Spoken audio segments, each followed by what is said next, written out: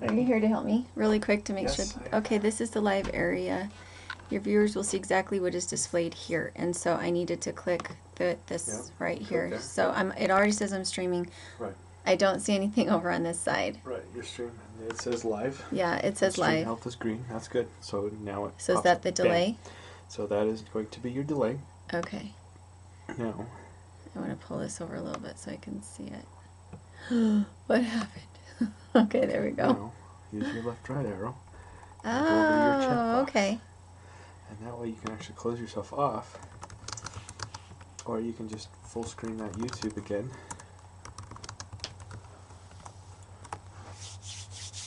Now, is your microphone set up like it needs to be? I think so. It's showing action right here. Right, so you'll have the action with the microphone you want. Yeah. Camera you want. Okay. I guess it's good enough. Oh. Wow, we already have a couple. Okay, watching. thanks for letting me know. We see you and hear you, so everybody feels like they can get on live now. That is so exciting. Right. Okay. Okay, I love you. I love you. Have fun. Okay. Thanks. Okay, so I'm just gonna sit and chat for a second while we're waiting for Brad to finish up. I love to listen to his prayer as he finishes, but especially this time I was a little bit nervous because we did actually get on YouTube live streaming instead of the Google Hangout this time. So I'm gonna wait for everybody to come on over. Mr. Dirt isn't joining. He isn't joining this time. He has a church obligation tonight. He's taking the girls to go and play in the church parking lot on their bikes while he's in his church thing. So he's actually the preparedness coordinator in our church. So he's the one that, oh, you made it. Okay, so I have to know about the babies. Do you still have the dough? Okay, for anybody who doesn't know, my homesteading project, Tina, is we share goat genetics and we hang out occasionally. I wish we hung out more often. Oh goodness, I'm not gonna be able to keep up on these. Okay, so everybody can see that we're here. Hooray, Palmetto Paratrooper, you're such a trooper to come back every time.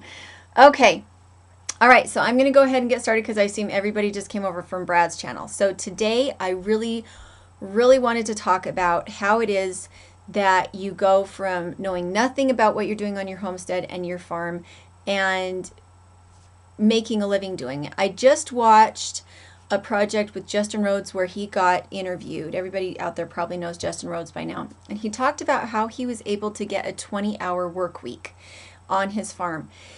And what I have found is that homesteaders, at least the homesteaders that I know, the reason they started homesteading was because of illness in their family. They suddenly had some kind of health setback that meant that they needed to be able to produce their own food because the food they could buy wasn't good enough. And a lot of people who go into actual homesteading to save money or to make money, it's because, like me, the reason I do it is that you guys have all seen the sores on my face, right? So I went to a funeral in Pinedale, Wyoming last weekend, and I don't know what I ate that messed with my system, but when I get into things like MSG and artificial colorings and flavorings, I have different things that happen in my body to where I get sick. And so for me to stay on the homestead and eat my own food is mandatory, but it's expensive. Anybody who homesteads knows that it's really expensive to do. You have infrastructure, buildings, livestock to get into. And that's what Justin Rhodes found, was that he actually has Lyme's disease, which flares and then goes down and flares and then goes down. And he had a normal everyday job, and he decided, and then he got Lyme's disease and he couldn't function. He couldn't do 8-hour shifts, and he had to change his diet completely in order to feel well because of his Lyme's disease. Yeah, I get really sick when I eat out. It happens every time. Hey, Big Bear, and is Grow Forget? Oh, they're here too. This is so fun. Okay, so I listened to this class that he did, and I'll try to put down the link for it. I think it's Panacea something. Anyway, so he did this show explaining how he has a 20-hour work week and what he has done in order to be able to, with this disease that he has, in order to make a really good living for his family. His wife is a stay-at-home mom, and it turns out she edits his videos at night, but he does all of this internet education. So this is what I want to talk about. This year, I had a huge breakthrough in the amount of food that I could grow on my property for my family with the least amount of effort. And the way that I did that was to go out. I put myself through college, homesteading college. Once a little bit of money started to come in from my YouTube channel, I started to invest money in books that my local library didn't have. And I didn't want to, once I got to where I saw what a difference it was making my being educated. It made such a difference in being educated. I stopped going to the library and I started to just purchase the books so I could use them as a real resource. Okay, so everybody's coming up. Yeah, Mike Miller, I get sick of eating out because it makes me sick, but also it's expensive, you know? It's really expensive, and my kids have gotten to the point where they complain a little bit if we eat out because they don't like how it tastes. So first off, I wanted to say all of the books that I'm going to talk about are on our Amazon store now, and I have the link in the description below to our Amazon store, so that if you get any of these books through our store, we get a couple pennies off of it. And I've had a lot of people asking about it. Every time I talk about a book, somebody says, well, where's your Amazon affiliate link? And so we have one now. So you don't have to do that. They do also on Amazon have used books. I don't think any of these books will be in the used category. If it's a really good resource, people have a tendency not to get rid of it. I had to buy them all new. So I'm going to start out first and foremost with John Martin Fortier, okay, the market gardener. And he is on like an acre and a half and making $150,000 a year. He takes a vacation in the winter. He goes to Mexico with his family, and this year this has made a huge difference. He talks about the width of your rows. He tells how to prep them. He tells how to find a market for what you're producing. And this year we have more greens and more food than we can shake a stick at. We have been giving 3/4 of all of our greens to the rabbits, which, as far as a small packet of seeds, you guys know it's like $12 to $16 for a bag of rabbit food. Our rabbit manure feeds our garden and blesses our space, and we also eat the meat. And so for that tiny little packet of seeds that I have this, I have a 35-foot row of spinach plus all the greens everywhere else plus the weeds.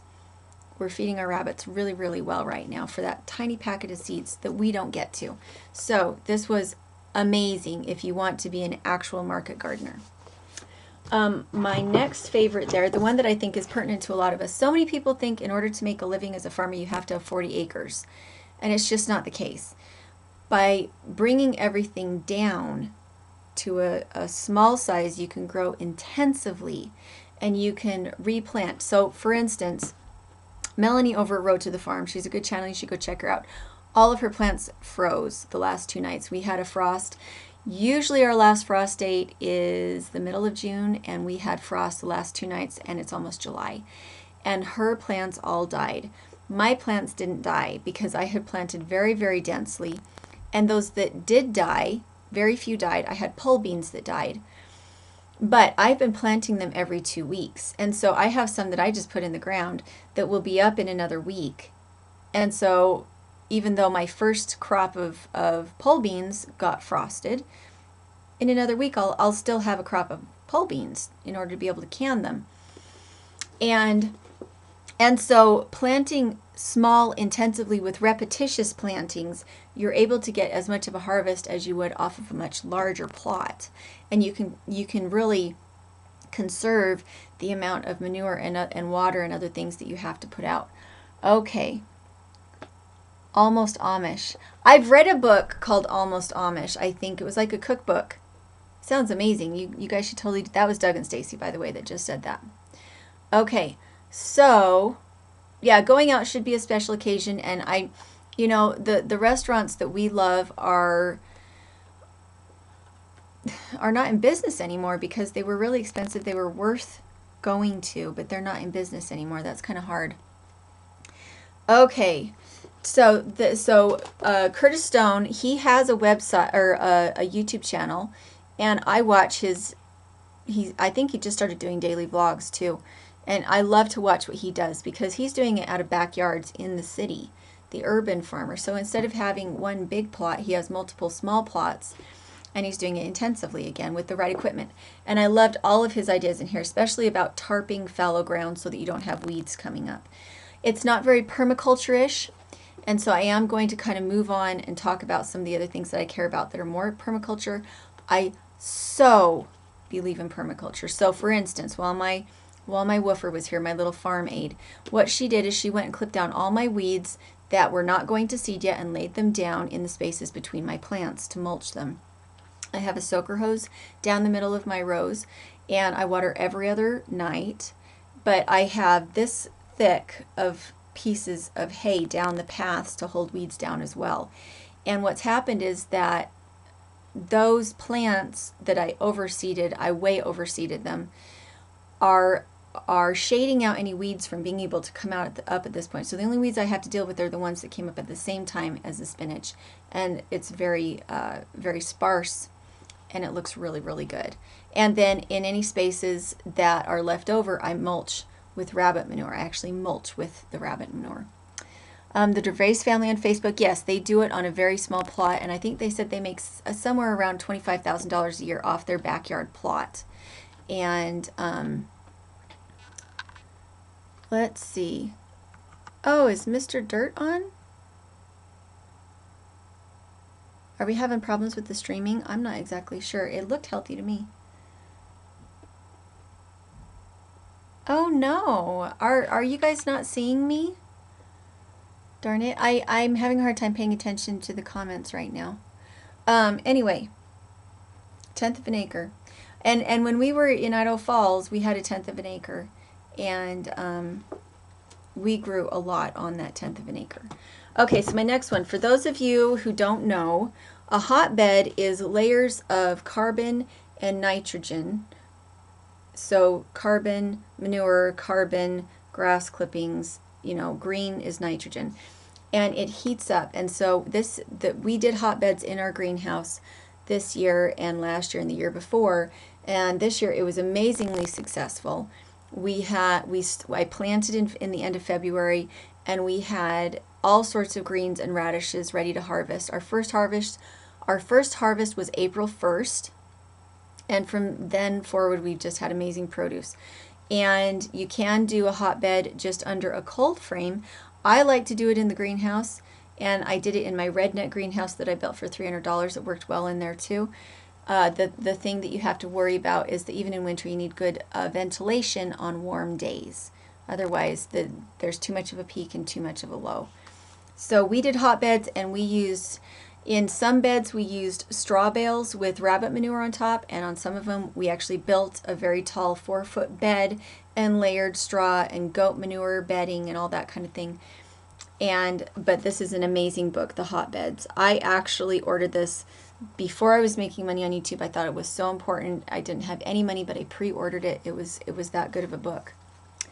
Elliot Coleman, Four Seasons is an amazing book too. Yes, I like Elliot Coleman.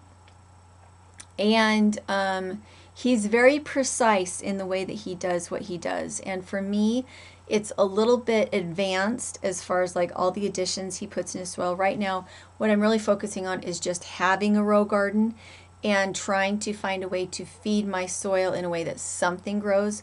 And at this point, what works really well in my garden is thick slabs of mulch in the pathway and then mulching with lots of rabbit manure. That's what's worked for me.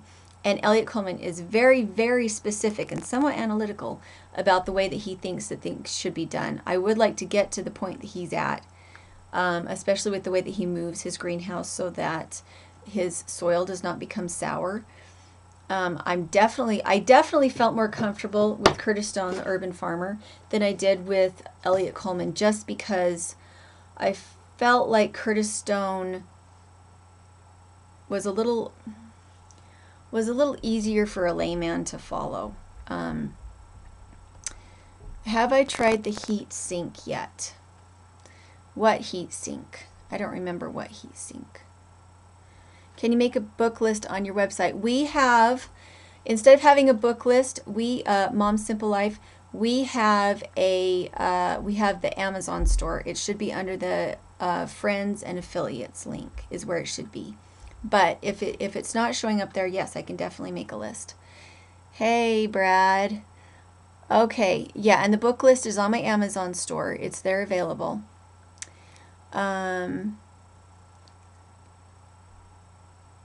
Okay, so I'm going to move on to the next one. Okay, so the book that got me to where I am now, this is the book that started it all. If you love Paul Wheaton, and he's on permies.com, he adores Sepp Holzer and permaculture. Okay, so this one reads like a storybook, and it has like how to create and build soil if you don't have soil. And I'll see if I can find my favorite pictures. But okay, so Sepp Holzer, he's in Austria, and he built took this barren mountain and turned it into this paradise, into a real food forest. And the way that his book reads is really just like a storybook.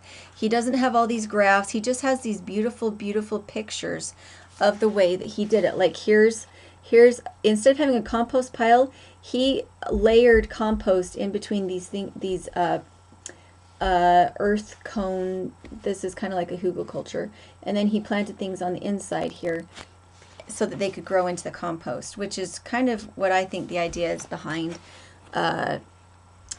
like lasagna gardens and stuff. So here's another one where he mulched and put in the things that he wanted to grow, and it inhibited weeds but allowed things to grow that he wanted to harvest.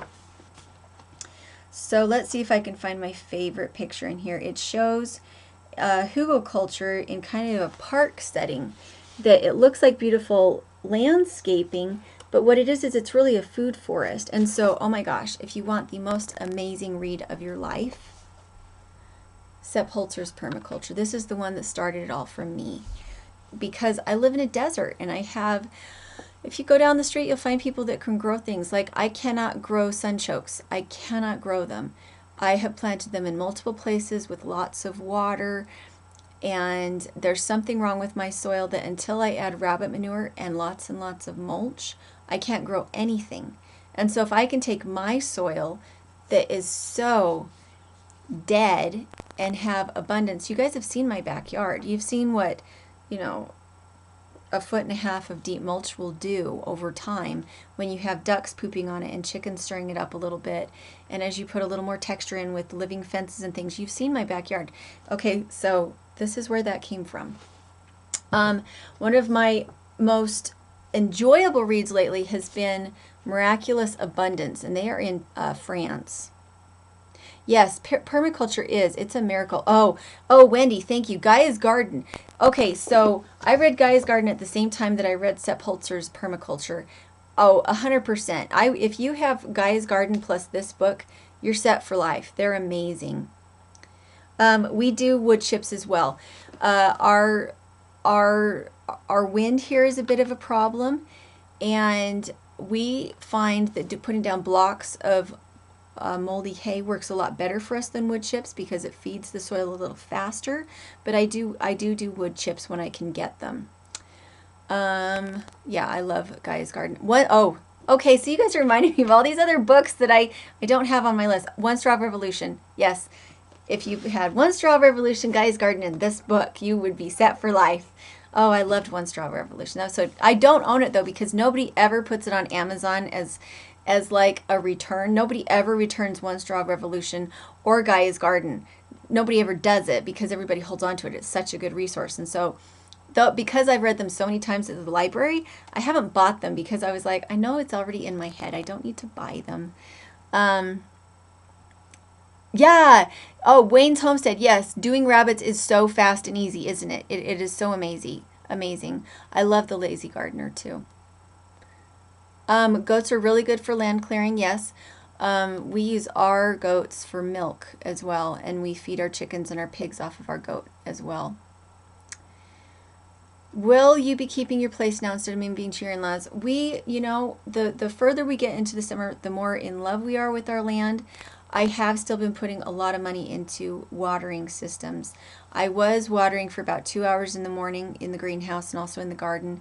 And I was watering with a sprinkler that was encouraging weeds, and that was turning into something of a nightmare. So I went out and spent the money and got the soaker hoses. Now that I have the soaker hoses put up, see, here's the thing. I get up really early in the morning, like 6 o'clock in the morning, but then I come in by 10 o'clock in the morning because I got heat stroke about 3 years ago really bad, and since then I haven't been able to be out in the sun in the intense heat. And so if I'm watering for 2 hours in the morning, I don't have time to get to my other big projects that need to be done, like the scything or the planting or the rototilling or the mulching. I can't get to any of those things if I'm watering all morning. So I switched over to soaker hoses. Eventually I want to get to regular drip lines, but for now, where I don't know the size of the garden, what it's going to be next year, I don't want to commit to to cutting and clipping and creating a drip line system. I would rather do soaker hoses that I can move. Yeah, from cage to table in less than an hour, exactly. Let's see, did I miss anything else? I'm trying to keep up with them. I haven't tanned yet. She's looking to find a cheap, easy way. Is that me? I have done fur before. My problem is I'm concerned about what you put into your tanning solution. I don't want to be putting something with a lot of alum into my water table or into my soil. I have done brain tanning before, but it's very intensive work, and I don't have those kind of extra hours in my day. I would love to do tanning, just to have another process. At the moment, we put all the fur and feathers underneath our fruit trees to encourage good bacteria, and also as something of a mulch. For 2 rabbits, if they're eating that much, you might have a parasite problem. What we do for our rabbits is we give them some alfalfa hay, a little bit of pellets, and then mostly weeds and branches. That's how we feed our bunnies, and they will actually turn their noses up to the pellets if they have weeds available. If they're eating half their own weight in food a day, that is very abnormal. And so I would maybe look to do a parasite cleanse. Some things you can use in that could be wormwood or diatomaceous earth, but remember, diatomaceous earth causes respiratory problems if it's in powder form. I would just go get a parasite medicine from your vet for your rabbits. That's what I would do. I have done brain tanning. I've done it with calf hides, but it is intensive. Instead of being able just to soak them in and have, I don't like to scrape hides. It's very time consuming. And with rabbits, you can punch through the hide really easily. Yeah, exactly. You're feeding them too much gold. Give them hay to save on. Did you see that what Sugar Run Rabbitry said? Exactly. Give them hay. They need more roughage, probably. And Sand Hollow, you have a lot of rabbits. Okay. Oats are good for rabbits too. We give them a little bit of wheat. Anyway, okay, so I'm going to move on to the next book. Family Friendly Farming. Very, very good, especially if you're homeschooling. I don't know how well it works if you're not homeschooling, because farming is an all-day, everyday practice, and having your child being gone for 8 hours a day. I do know people that do it, that farm and have their kids in public school. I would really struggle with that. Honestly, I have to tell you, I'll hold this up so you can still see it, by Joel Salatin. When Paige broke her foot a couple weeks ago and she was out of commission for 2 weeks, I clutched. Oh my gosh, I didn't think I was going to be able to make it. Because she's my little house cleaner. She cleans my house, and she and Kaya do dishes. And then she takes care of all the small animals outside so that I can work on YouTube stuff and work on what I need to be able to work on. And I go out and I do the intricate things, the things that need an adult to be involved. And when she was out of commission for 2 weeks, I was ready to give up on farming. I just couldn't do it. That was when our woofer came, and that made a huge difference. But I was so burned out by the time she got here, I wasn't functioning. And so if for a farm that isn't a family affair where kids aren't helping, you're going to have to hire somebody, or keep it very, very small. Having your family involved in the farming is the only, I don't know. I love farming, but I don't know if it's my age or just that I worked too hard for too many years, but I've gotten to the point where I can't do it by myself. What's a woofer? A woofer is a farm helper that travels from farm to learn how to farm. and they're not paid. What happens is you give them room and board. So we had her out in the RV that we had prepped up in case we had to sell our farm. So she lived out in our RV, and she came in and ate with us for meals. And they work about a 6 to 8 hour day, and they work with you, or you send them out to work by themselves, and it's amazing. It's so helpful. Yeah, it's a labor exchange apprentice thing. Okay, so yeah, like an intern or an apprentice. And yes, they are worldwide, actually. Woofers are worldwide. Yeah, exactly. Okay, so if you're farming serious, you need to find a way to work your family into it. And this is a great book on explaining how it is that you get your kids involved. More than anything, you need to pay them. You need to give them some incentive to see that as they age and need to be able to make their own living, that they can do it on the farm. Paige sells her wool products, and Kaya sells her wood cutting and her needlecraft. But they have rabbits that they're allowed to sell to make money off of. What we're working on right now is transitioning them from me paying for everything that they then make money on. We're trying to transition them to seeing that when they spill food on the ground, that's food that comes out of their pocket. So we're trying to get to the point where they pay for their own feed and any tools that they need, rather than that coming from my pocket. Yeah, farming is not a fantasy, but I love this kind of living. I love feeding my family, and it's even better if you can find a way to support your family with the farming. It's so nice just to be outside. Yeah, some days I struggle to hold on to my sanity. Let's see. I pay kids to do the feeding and watering, gardening. Mike Miller, I think it's essential. You can't just give your kids chores and have nothing come back to them. I mean, I feel like there's anything that a child can pay for, that's amazing, and it teaches them about money. And yet if you never pay them, they have no money to be able to do those kind of decision-making things of, should I spend my money on this shirt, or should I spend a little bit more money and get this better shirt that'll last me longer, or do I want to buy the hairspray? That kind of thing. 5-year-olds are very helpful. Yeah, exactly. Well, and I don't know, we find that when kids come to our property, they're so excited about being able to help with the animals that they transition very quickly to being excited about it. And if you can add payment on top of that, it's even better, because then they start to see the residual effects of being a hard worker. Oh, thank you. I'm trying some new makeup today, so we'll see how it goes on the camera. Okay, so let's see. What else do I need to get? Okay, so this one, oh my gosh. This one is a slow read. The Lean Farm.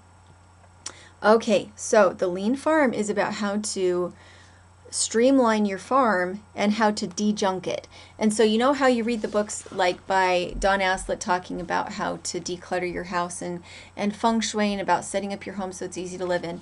That's what this is about, and it's from the Toyota car manufacturing principles of how to make it so that your farm, you get rid of all waste. You get rid of waste in time, you get rid of waste in money, you get rid of waste in procedures, so you can cut all the excess away, so that you find what your customers want, you find what tools you actually need, and you sell and get rid of the rest of it. And Brad and Krista were talking about that tonight, about how they in their home are streamlining things, and it's what I've done in my home. My mom loves to go like thrift store shopping and that kind of thing, and she loves to give my kids garbage bags full of toys. And I look at her, I'm like, Mom, when you give them all this stuff, they stop interacting with their toys because it becomes just junk. It's not meaningful to them. Honey, Empty Hammock wants to see the last book too. Where are you, Empty Hammock? Can you show the book cover again, please? Was it this one, The Lean Farm, or the one before that, The Family Friendly Farming? Which one was it? This one? Okay, usually I take a look at a book and I'm like, that doesn't really have anything I care about. It's nothing I don't already know. Okay, when I read this, I am only on the second chapter. Usually I can read like a farming book in like a couple hours. The what? Family-friendly farming. The family-friendly farming. Okay. by Joel Salatin, and it's amazing. But this one, I'm on chapter 2, and it's because I've started over a couple times because I'm like, yeah, why am I keeping that tool around? I never use it. I could sell it. It means I would be able to find it when I need it. And I am waiting for a little bit more labor, of a more of a labor force to be able to go out and start doing some of my cleaning out, because I just have so much stuff out there that I'm too tired to be able to do a lot of the heavy lifting anymore. I just can't do it. So we're waiting for more woofers to be able to do that. Okay, and since Empty Hammock is on here now, you guys, if you saw my video this morning with Empty Hammock in it, I have a video that I made that's on his channel too, that is also a spoof of the primitive technology. So I don't know if I made that clear or not, but I have a video on his channel that you need to go watch that's of me doing the parody of the primitive technology. And make sure to share those videos. We're trying to kind of get a response for this. I would really like to do more of these with him and with some of you other people that are just really funny people. Some of you out there have amazing sense of humor.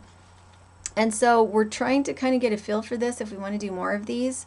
And if we get some really good views on them, we'll do more. My kids get the food they eat and the shelter and love they are given. We all work together, all work paid. Why? So they can buy Xbox. We all benefit together, not just us.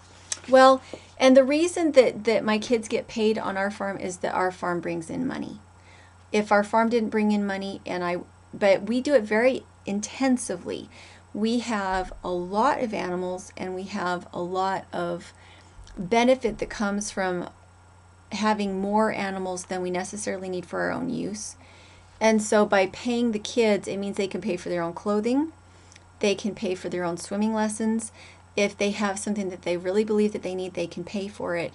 And if you don't give them that, then they have no reason to use their brain to develop other ways to make money on the farm, because they don't see the benefit to themselves. Sometimes you have to give them that correlation between farm means money. If instead they think computer programming means money, then they'll go be a computer programmer. Now, nowadays you could be a computer programmer and a farmer at the same time, but I do want them to equate farming with being able to make a living, because I want them to keep doing it.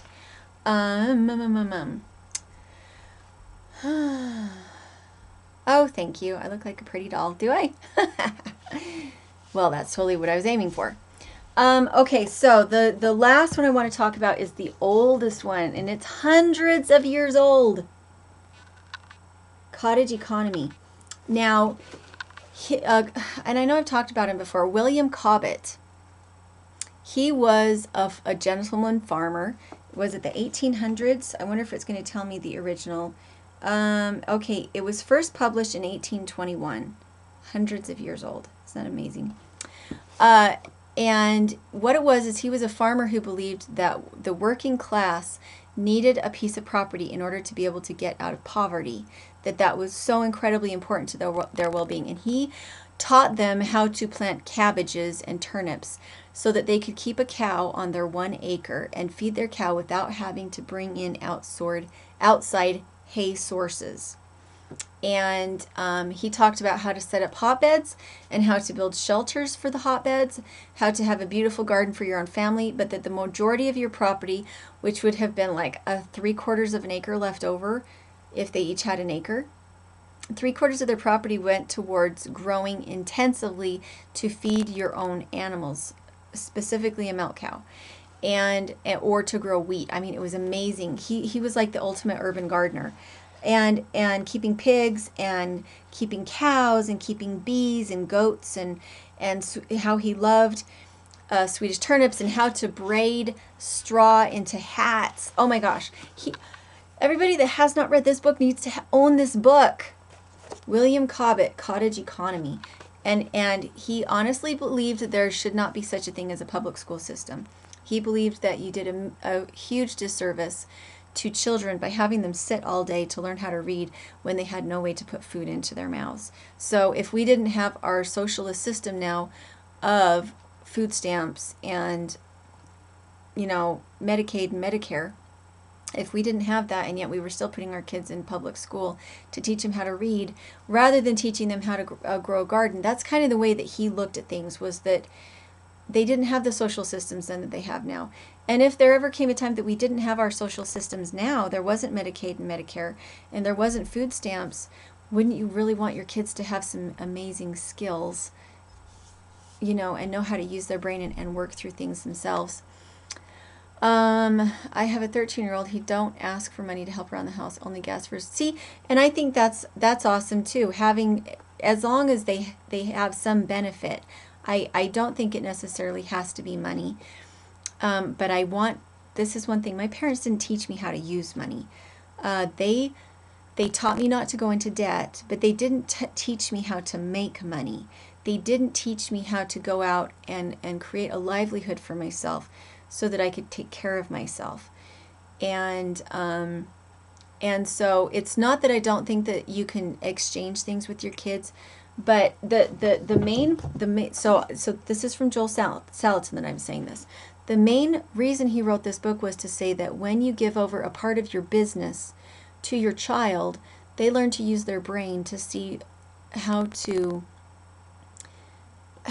be smart and how to find income sources that would allow them to stay home if they wanted to, but how to create their own business, how to use money. If you're always paying for the stuff that your kids are using, they never learn how to use the money themselves. They never learn how to make it themselves. They never learn how to save it themselves. They just depend on somebody else to give them that whatever it is that they want. And I don't think they really gain that drive to understand that the smarter they are, the harder they work, the more in control they are of their own destiny, if that makes sense.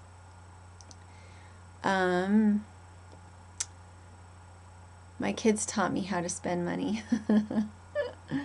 Okay, so yeah, I have 3 pages worth of books on our Amazon affiliate store, so you're welcome to go look at that. Okay, so I think I showed you all of my fantastic books that I have right here at the moment. And so, do you guys have any questions about anything that I've talked about? That is true. My kids make pot holders and other things to earn money. Yes, and our kids do that too. I kind of wanted to show you what I'm spinning for right now, but I don't know if I can do it without moving the spinning wheel. I have about 35 minutes left. Oh, there was one more book. Okay.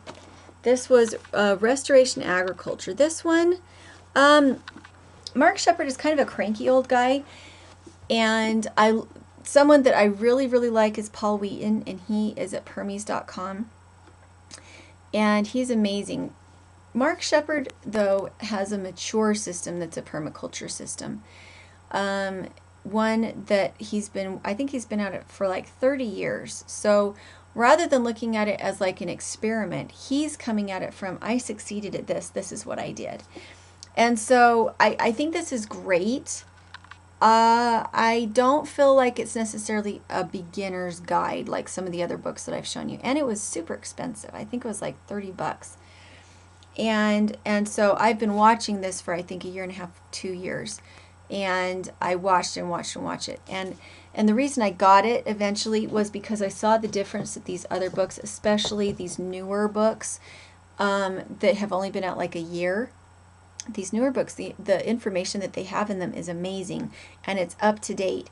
And if you're really wanting to do these things, having these newer books makes a huge difference. And so the books that never go on sale, that never get returned, you never see them on Amazon for a penny, those are the ones that I watched for a really long time, and finally I just went and bought it. I haven't read it. I've watched some of his videos that have been really, really good. Well, I thought Mr. Dirt was headed to church too, and so when he shouted from the other room, I was really quite surprised. I thought he was talking to me through the internet from the church. Let's see. Okay, Jeff Lawton is good.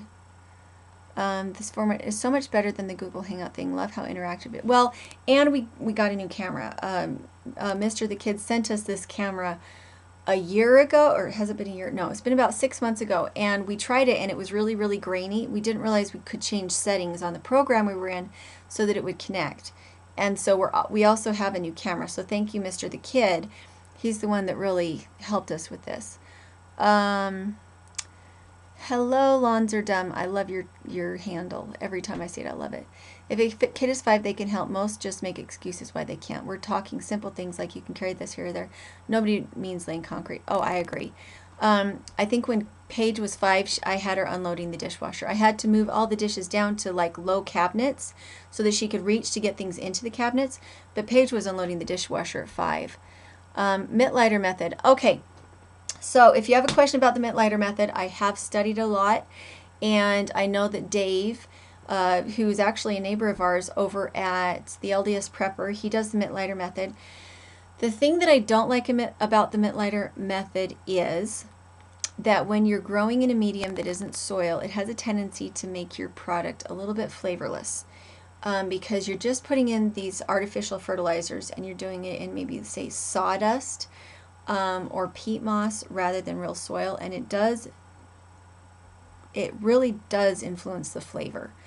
And you're not building your soil. You're not putting mulch down in order to build your soil up. You're just taking the soil that you have and just using these artificial fertilizers to get your produce. So it's kind of like hydroponics that way. I know, I love Road to the Farm. That would be Annabelle that you're thinking, I believe. I'm having a really hard time keeping up on views, on questions. Okay, so isn't Scratch Tommy's son? Isn't that who it is? I cannot keep up. Okay. How do you make money while traveling? If you have an online, if you have a web connection, you can take care of business while traveling, and you can have ebooks, which is what I do. That's one of our income streams is ebooks. Okay, so I can't read the feed anymore because I need to get, okay, mitt lighter method. So with the mitt lighter method, you keep all the weeds down. You have somewhat raised beds. Mostly it's kind of a raised bed with a lip so that you have something of a trough down the middle, and it has to be level because you're going to put a hose with a sock on it on one end, and the water is going to flow down to the end to water everything. And you have a pre-made feeding situation with fertilizer and everything that you put in at certain times, and it is said to be extremely efficient. I prefer to build soil, which would be the permaculture way, and it's the way that has worked really, really well for our area, for me. But I am familiar with the mitt lighter method, and I really wanted to try one row of mitt lighter this year, but I just haven't got to it. I just don't have the time to go out there and weed the way that you need to. And so instead, putting down mulch and building soil is really what I do. Making money while traveling, isn't that called trafficking? Is that like drugs? Is that what you're saying? No, we aren't Tommy's son. Scratch made Homestead. I haven't seen you guys before. I have to go check out your channel. Or maybe I am subscribed. I have like 1,500 people I'm subscribed to. Would be hard to do in a okay. Oh, I'm having a hard time reading all the comments. Well, and that's what I prefer. If there was a year when there was water unavailable, having built that sponge in your soil makes a huge difference. Okay, so other things I wanted to talk about today. I did figure out, okay, question on mulch. Can I use green mulch and add chicken manure to offset the nitrogen it takes out? Yes, that is Dort Valley. Why are you not Dort Valley anymore? Okay, so what I do when I have a lot of high carbon mulch that I'm putting down, especially if it's straw, because the straw has herbicides in it. And once you get water into that straw, the herbicides go down into your soil. So that, and I learned that after the first 2 years when I kept trying to put straw down as a mulch. It actually killed a lot of things, which is why I prefer to use hay. I prefer to use hay or wood chips, or I prefer to plant comfrey. Okay, back to trees. When I plant a tree, I plant comfrey at the same time. And that way I'm putting mulch down the first year, but after that I just go out and I chop my comfrey down as the new mulch. And when I put something down that's high in carbon, I like to then put down old barn litter from like the goats or the rabbits or something. The only thing is, if you have chickens, you have to then protect that manure and mulch so that they can't go and stir it up, which is why I prefer ducks. And you always have to protect comfrey from ducks, because ducks love comfrey. They'll go in and just take it down. I like chicken tunnels.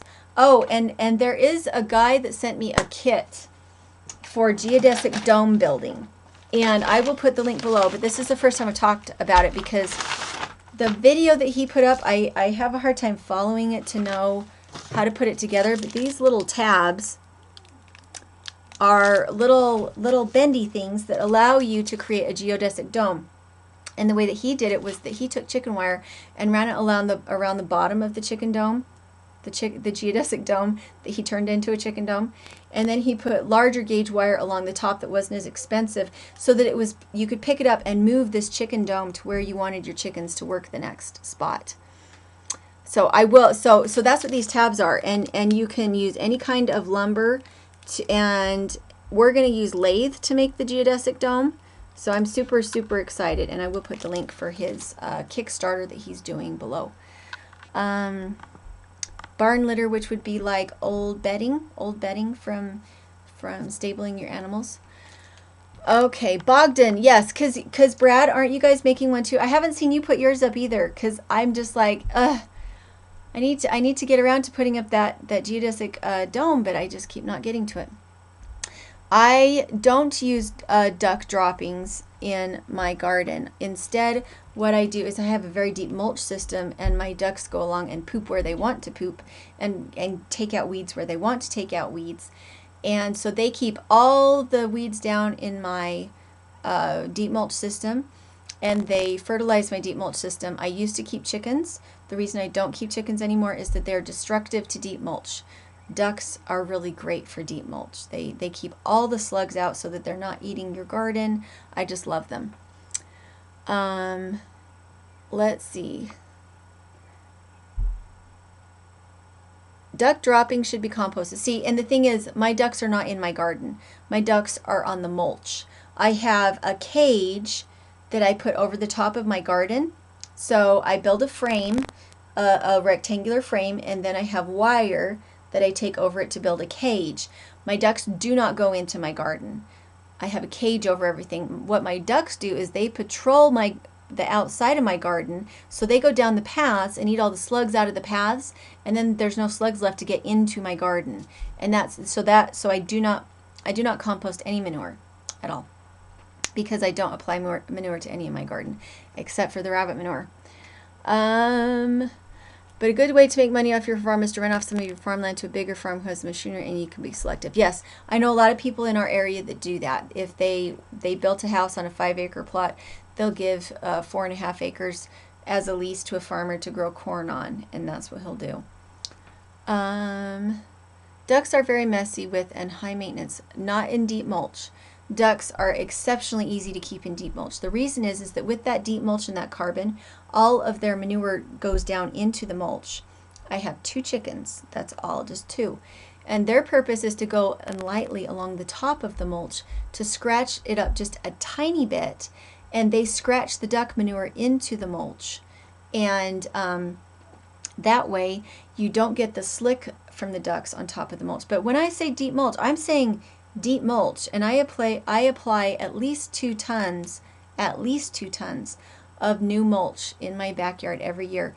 But in that space, I have fruit trees that never have to be watered, and I have fruit bushes that don't have to be watered. They survive without watering in my high altitude cold desert.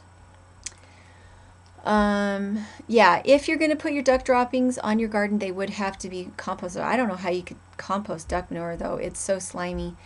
Soon to be new homesteader wondering what you focus on during the seasons. Okay, so my seasons look like this. Because I garden in the winter, it's a little different. Okay, so traditionally what I used to do was in the winter I would spin, I would knit, I would do a lot of YouTubing, I would wear a lot more makeup and look a lot more polished in the winter. And winter is when I raise my pigs. Pigs in the winter want to stay in their little shelter and stay warm, and all they will come out to do is eat. Pigs in the summer want to get out. They want to get out and go look and forage and have fun. In the winter, they want to stay in their shelter. So I raise pigs in the winter so that I don't have to try and figure out how to keep them in their fence. And so primarily that's what I'm doing, is hauling water to my animals in the winter, checking on them occasionally, and I start my hotbeds in February in the greenhouse. And that way, by the time it's time to start planting the 1st of March, my hotbeds have heated up, they've cooled down a little bit, and I'm ready to plant. By planting end of February, beginning of March, I have food in my greenhouse garden without any other supplemental heat by the 1st of April. And we get down to negative 20 Fahrenheit on a very regular basis, and the greenhouse is not heated except by that hotbed. What about wood chips? I do use wood chips too. Did you get my message about your page? Oh, you're talking to Deep South. Okay. Not all farmers poison. More and more becoming organic. Let's see. Yeah, in the winter we also, but that's what we use our kids for. In the winter, the girls go out and get the firewood. So we are still moving in winter. In spring, I am outside all day, every day, moving, trying to get mulch down before the weeds come up, trying to get the rabbits moved from the greenhouse outside so they're not overheating. We're having baby goats, so very, very, very active in the spring. I love that time of year. There's no heat to make me sick. Summer, what it looks like is I get up at 5:30 or 6 in the morning and I work until 10 o'clock in the morning, and I water and I weed and anything else I'm going to do, take care of the goats. I'm done by 10 o'clock in the morning, and then I come inside and I work on my Etsy store. I work on editing videos. I work on answering emails, that kind of thing. I don't go outside again after 10 o'clock in the morning. Everybody else kind of handles the watering of the animals after that. And then in fall, we're doing a lot of canning. We're getting our wood in and getting our wood stacked. We're getting our hay in and getting it stacked. We're moving the animals from the pastures into our backyard underneath the deck, which is where they live. This year I want to have a solar barn for the animals so that they can go in and get out of the cold weather a little better. And so early winter, that's what we're doing, is we're preparing for it to be a little bit colder.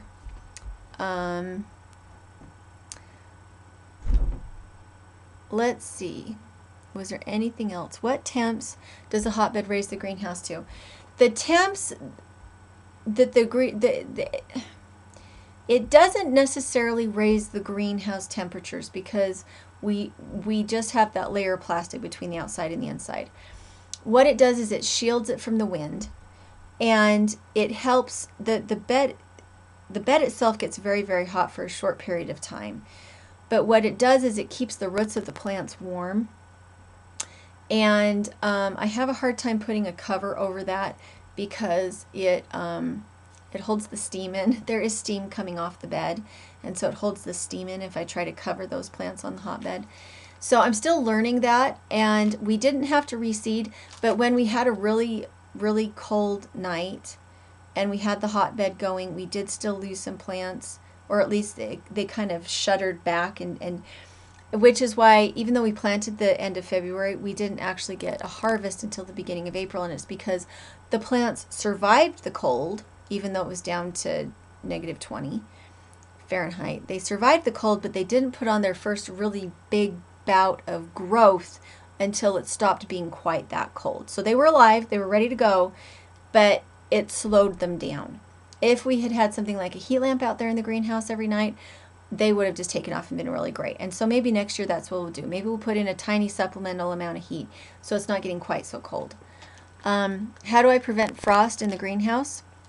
I have a hotbed that I use, and I plant cold weather crops, things like spinach, radishes, carrots, Swiss chard, miner's lettuce, and tatsoi and bok choy. So those are the things that I plant in the greenhouse to come up, and then I plant them frequently. Whenever I harvest something, I go in and plant something. So I'm constantly harvesting, constantly planting, and I plant it very densely so that what we're harvesting is a lot of baby greens rather than waiting for them to mature. Yeah, exactly. So Palmetto Paratroopers talking about a light bulb inside of a wooden box, and yes, it puts out probably just enough heat to keep things from freezing at night. We did have baby ducklings out there in the cold weather, and so we had a couple weeks where we did have a heat lamp going out there, and it seemed to keep the tomatoes from freezing at night is what worked. And microorganisms working in the compost create the, yes, Mike, exactly, that's what happens. The bacteria and other happy bugs in your compost creates the heat. And row covers are handy when the hotbed starts to cool. Exactly. My problem is that as you water the hotbed, it will flare back up and get warm again, which produces steam.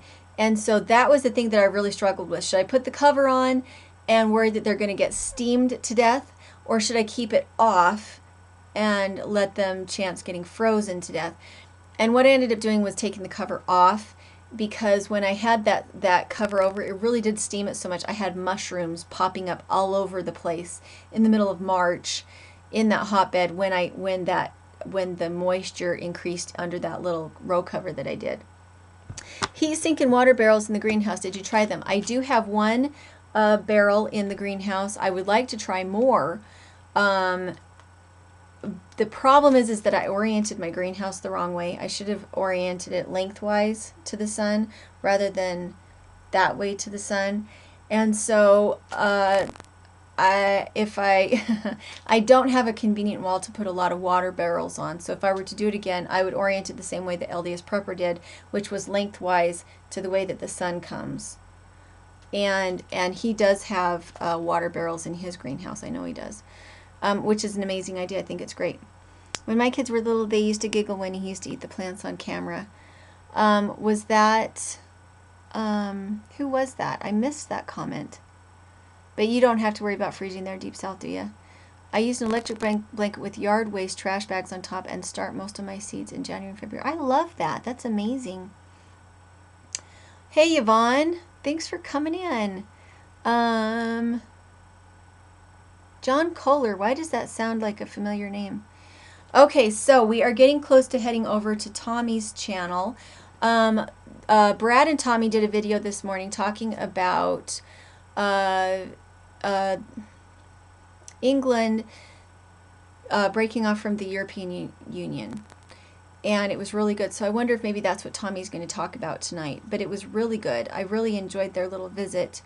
And so Tommy's channel is about preparedness in kind of an emergency preparedness kind of way, being a prepper, and about patriotism and what's going on in our country.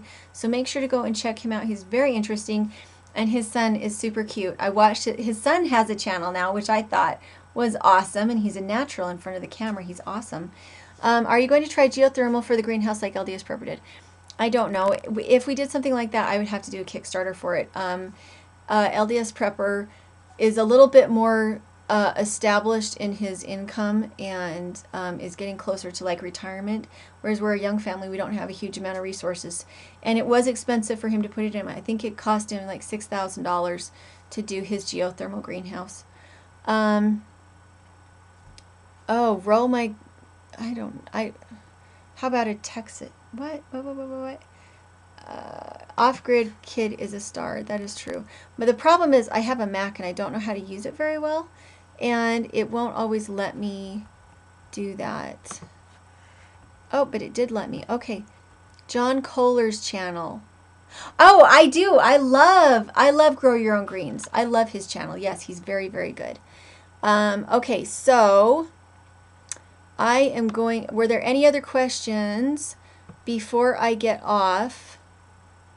More comments below. Okay, likes to talk to be... So be prepared for long videos. Yes, I love him. Okay, so any other questions before I get off? Again, any of those books you saw, you can go to my website. It should be under Friends and Affiliates, and that's where our Amazon affiliate store is. But I also will have it in the link below, the link to our books. And the reason I did that is because you guys asked for it. So previously to this, I wasn't concerned about it. But if you'd like to support our channel, make sure to go get your books through our affiliate store, which is that when you click the link and buy through us, we get a couple pennies off it. It doesn't increase the price of what you pay for the books. Okay.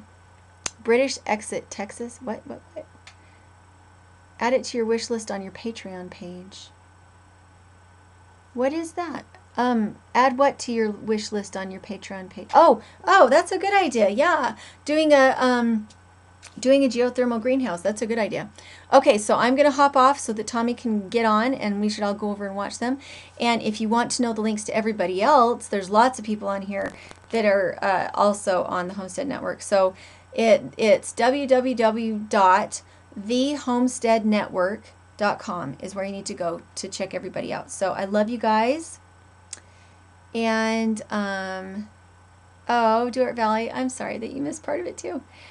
So go check out Tommy, and I love you guys, and we'll see if I can figure out how to turn this off now that Mr. Dirt's not here to explain to me how to turn it off. Honey, how do you turn it off? Okay, I'm going to figure out how to do this. I'm going to unstream it, maybe? How do I turn it off? Okay, I love you guys. Go see Tommy.